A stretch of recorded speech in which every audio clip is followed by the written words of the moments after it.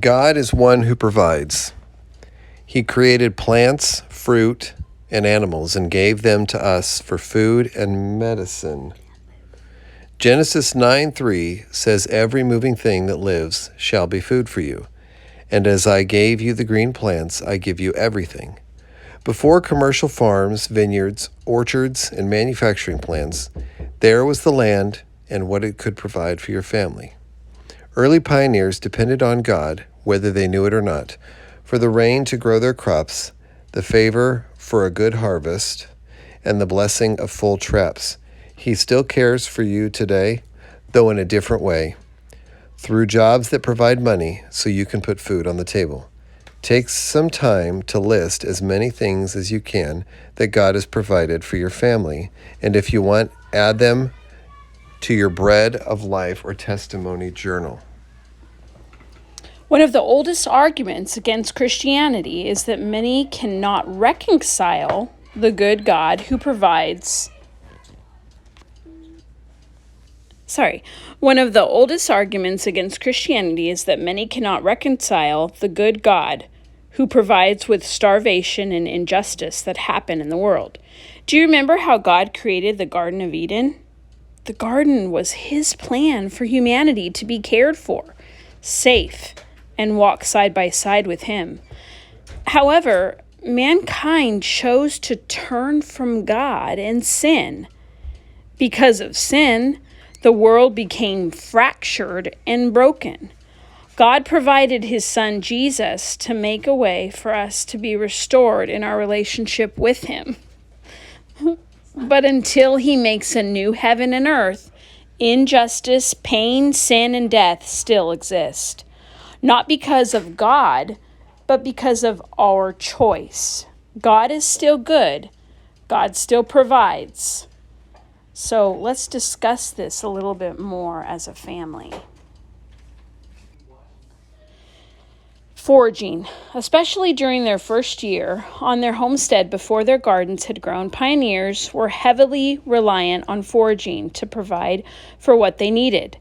They would pack as much as they could to hold them over. But the practice of looking for food in the wild was never ending. In this new land with unpredictable weather and unforeseen challenges, nothing was guaranteed, and Plan B was often necessary. Before there was asphalt, roadways, concrete sidewalks, and rows of tightly packed houses, there was wild. The wilderness was harsh and unforgiving, but it was also full of hidden provisions if you knew where to look and what to look for. Berries, fish, wild animals, root and bulbs, fruit trees, and more were nestled among the crags and dotted throughout the forest floor. In today's lesson, we are going to pack our knapsack and go for a walk in the 18th and 19th century forest to see what we can find. In the forest. Before canning, the only way to preserve your garden's harvest was to keep it in the root cellar, where it was away from the sun and kept cool. By springtime, most of the stored food and vegetables would have run out or gone bad, so foraging the fresh food was part of the natural rhythm of things. Even those with little familiarity with plant identification quickly became experts.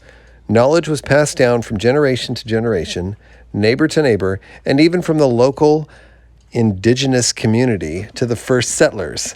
As time went on, publications were made for those who were going out west, such as Lansford Hastings' The Emigrant's Guide to Oregon and California, and many others to follow. These gave tips on what to pack, where to go, what the journey was like, what they would find on the way, and more. Predators also looked for food in the early spring, especially fellow omnivores such as bears. Pioneers had to be on the lookout and often foraged in pairs. Children searched the forest for food to eat. Acorns could be collected and roasted to remove the bitterness. The ground meal was used like flour for breads or other baking.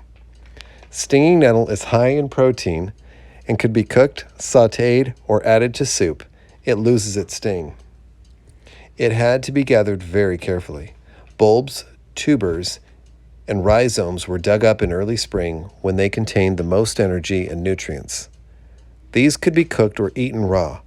Popular plants were burdock, dandelion, and chicory.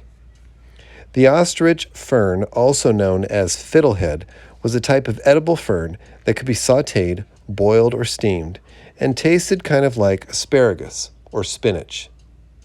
The entire dandelion plant was edible, from leaves to the bud, and popular in salads. Other types of plants that were edible were pigweed, broadleaf, and buckhorn plantain, lamb's quarters, wood sorrel, and wild garlic. Natural medicine has been practiced from the earliest recorded history. Cures and remedies were likely stumbled upon by accident and were recommended to family and friends, much as they are today. Honey was a well-known remedy for colds and sore throats, but it was also used almost like a bandage over cuts, scrapes, and stings. Today we know that the natural antibacterial properties of honey make it a great protective barrier, and many still use honey as an ingredient in natural salves and creams. Many different herbs and plants were made into teas, tinctures, tonic, or extracted into oils. Plantain leaves were gathered, chopped, and ground or chewed, and placed on insect bites to soothe the pain and inflammation. This is still a popular, fast-acting remedy today if there is no afterbite available.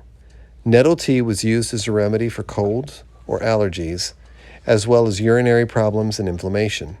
Dandelion tea, made from steeping the roots, was used as a diuretic and to treat inflammation.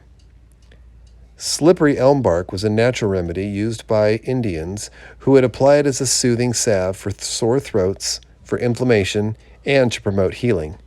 The inner bark could be steeped in a tea or ground into a powder and mixed with water to make a gel that could be applied to wounds to help them heal. Perhaps one of the most common remedies was mustard, which was considered a staple on a homestead.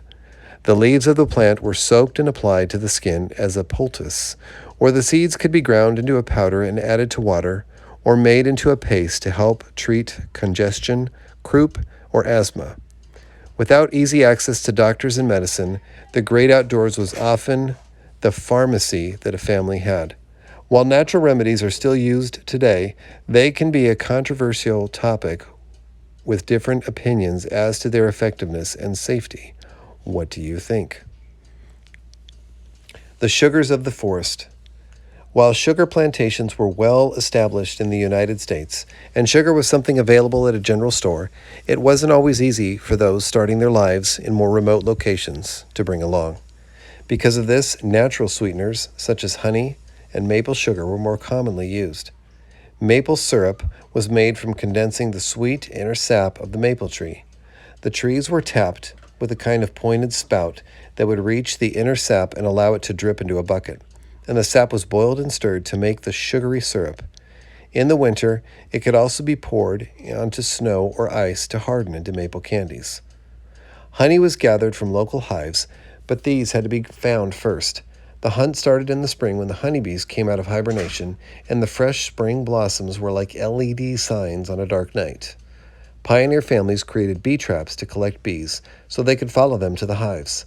To do this, they would heat a rock up on some coals and smear some honeycomb onto it, pouring a bit of honey over the top. They placed the rock inside a box of some kind and set it out in the forest or wherever they thought there might be bees. Once a bee came and began eating honey, they closed the lid, allowing it to eat its fill. Once it was done, they opened the lid and followed it, hopefully coming across a healthy hive. They marked the hives and came back to them in the fall when they were filled with honey. This wasn't always as easy as it sounds. They weren't always bees nearby, and it took perseverance and determination. However, the hard work was worth it for a jar of sweet honey that they would collect. In the early years, pioneers did not know how to harvest honey without destroying the hive. The bees would die without their home, and a family would be left to hope for another hive the following spring. Eventually, they learned new techniques that allowed them to harvest some of the honey while preserving the hives so the bees would not die. Today, honeybees are considered at risk in North America, and because we rely on them heavily for cross-pollination, so our plants will grow More and more people are starting backyard bee boxes, and many places have restrictions in place to protect the bee population. Wild food, wild game. Just as they searched for plants and harvested tubers, bulbs, sap, bark, and honey, pioneer families would search for wild game. Wild turkeys, fish, venison, buffalo, rabbits, and ducks were among the most common types of meat eaten. However, smaller animals such as squirrels, possum, and even snakes might appear on the plate as well. Families who were self-reliant and chose to live off the land did not have the luxury of being picky. If they were able to hunt, trap, or catch meat for the table, they usually did it. Meat was carefully preserved, and as many parts as possible were used or eaten. Game was hunted with the family shotgun. Many pioneers had trap lines with snares set to catch small animals such as rabbits. While not fully dependent on wild meat, it was a welcome addition to the food stores and could be saved for a rainy day when food was more scarce. Planting, and raising livestock were the main methods of survival on a homestead. However, animals got sick and plants might suffer an infestation, mold, drought, or premature frost that would render them useless. The pioneer mentality of planting for the best while preparing for the worst was key to their success.